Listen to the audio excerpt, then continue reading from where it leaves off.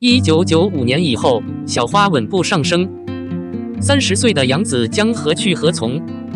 继续追逐图标市场？杨紫今年已经30岁了。据估计，众多小伙伴对此并不熟悉。据评估，许多人觉得时间过得很快。总而言之，很多人年轻时都是看她的电视剧长大的。他们都是30岁的每一个人。至今还有很多人认为她应该20多岁，凭什么说她眯着眼睛说30多岁？事实上，她是在1992年被带到这个世界的。尽管她很早就为人所知，但她却有着极其显着的安静。尽管她在这之后的2年里名声大噪，但在2010年她归北影所有。这么多年来，我们大家都没有过多的考虑她，所以他们突然想到，她凭什么说她已经30岁了？在她上学的时候，她没有参加自己的工作。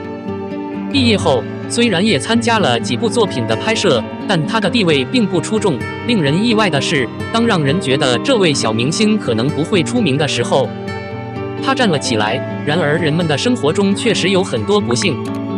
2016年，一首著名的致敬喜悦让她看到了我们所有人。青春本身就有一种驻留动机，是无尽个体的青春期。参与拍摄一部家喻户晓的作品，通常会让大家记住这个好伙伴。而在那个时候，他对这部作品的投射总体上是优秀的，这也非常符合他自己的个性。正是因为这样的工作，他一下子获得了当年的白玉兰奖最佳男配角。在接下来的几年里，他有效地参与了众多优秀作品的拍摄，其中最出色的就是《香蜜沉沉烬如霜》。正是这份工作让他站稳了脚跟。这部作品录制完成后，他的不同作品一点一点地展开，剧场版也进行了，而这部作品又是很久以前的事了，让人感觉时间过得很快。亲爱的，爱，那张毫无意义的礼貌画面走进了人们的心中。那时他才25、6岁，还处于童年时期。无论如何，目前他已经30岁了。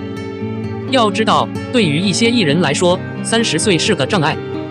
总而言之，个人偏爱可爱、讨人喜欢的小姐姐，所以对于大多数艺人来说，这个行业就是吃青春。白饭，20岁可以演很多作品，不一定有特别高的演技。因为这个年龄的女明星大多出现在一些象征性的剧中，所以可以被群众察觉。而且随着年龄增长，从一个角度来看，再次出现在偶像剧中会很有挑战性，然后又会让观众感到时尚厌倦，所以大多数明星都会提升自己的演技。现在改变，再也不要与年轻人联系，去市场。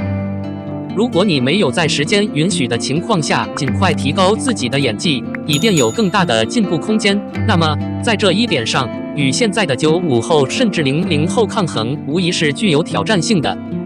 再说了，每个人都有时尚的厌倦，演好一段时间的象征性节目，会让人们对北京感到兴奋，他们也会觉得这个人的演技不好，为什么没有不同的作品？现在他已经30岁了，改变比其他人要直接得多。从某种角度来看，这是因为他正处于他职业的火热时期，他的盟友众多，赢得了许多荣誉，人群会为他而去。如果他在追求电影和电视节目，在这种情况下，他将有明显更多的内容选择，他不会等同于某些明星。话又说回来，由于他自己的团结，他从小就主动开始行动。经过无数次漫长的治疗，他的演技是有的。向幸福致敬的出现，此前已经解决了他自己的演技。不管多久，他都会投入更多的精力，他可以有效的改变。02肖战经历反映点点绯闻，然而微风吹残。少数艺人升职非常高，直到最后一秒做出正式选择时，才会低下他们可敬的头。肖战没有底子，没有资本，每次都暗中传闻，大家讨论黄金，这让个人只是窃窃私语。很像3字星粉恶狠狠地拍 P 图谢 G 勾勒出对肖战的悲观评价的新一集，个人可以看到粉丝的视觉缺陷、自大、白痴和确定性。就这样，一位博主完成了肖战经历的是镜中画。这意味着什么？也就是说，三人名家吃平色加尸体的目的，就是没有以前的豪门盛世。如果他脸色肿大，可以吓跑一大堆人类和他的恋人围绕 P 图展开谣言。肖战现在已经没有了年轻的感觉，完全是父亲的味道。三人明星自己从泡菜中发现，他们很浪漫，他们的恋人也是如此，以此为权力在肖战周围的工人身上散布谣言。三人代言一波接着一波，以低价给予微组织最为有效。其恋人传闻肖战没有产业价值，却被通过资本手段胁迫，以利割韭菜。这一次，他的情人厚颜无耻地将他的 H 面料递给肖战，既惊慌又绝望，让人既羡慕又无奈。幽默之处在于，他们以与 RL 的深度合作而出名。电影、商业、综艺、夜间派对都与 RL 有着千丝万缕的关系，各有胜负。最好的因素是，国内的厨艺既没有可爱的容貌和身材，也没有精湛的技巧。最大的关键因素是他现在不再拥有强大的目标市场基础和庞大的集装箱工作场所。男主的表现，那为什么娱乐圈里有很多觊觎的资源，反对如此激烈？帅哥美女比比皆是。当然，恋人会说他可以很红，吃过千家万户的饭菜，再加上他的男化和坚持，让圈内一大堆大佬都印象深刻，让大佬们对他刮目相看。我真的相信了，这成为我长大后第一次听到如此励志和充满激情的故事。但如果真的是那么励志热情，可能就不想跳过倒影、切换花草、偷偷去陈仓，各种风格的暗示又用了一遍。现在三人名人恋人在微博上都乖乖听话，把战场转移到了 Shade Y 和微博 X 上。肖战工作室第一时间发表声明，希望大家理性讨论。三人名人没有任何动静，粉丝们热衷于向工作室大喊大叫。不知三人名家工作室是不是风雨无阻？我还是害怕不凡凡和峰峰的脚步，等待后续。惨还是肖战惨？如果后台有这么有效的舆论治理资本，他为什么会被当年整个社区的 H 折磨？他的工人身体为什么会被恶意 P 图，并遭受三人名人恋人的辱骂和诅咒？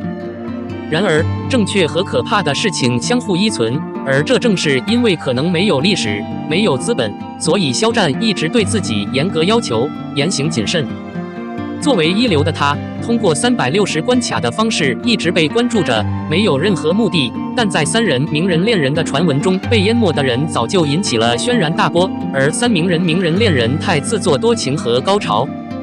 对于肖战来说，他成名晚了，他为眼前的一切付出了过多的艰辛和泪水。他会珍惜自己所拥有的，和恋人来一场绝美的约会。03张艺兴中国说唱巅峰对决总决赛助攻 GAI 康龙有悔冲到身高报度。是的娱乐，9月13日，9月10日，中国说唱对决的最后一战打响。张艺兴作为作歌嘉宾，在最后一晚帮助 GAI 与他合作演唱了《康龙有悔》。紧张的鼓声和风暴为目标市场带来了令人惊讶的视听仪式晚宴。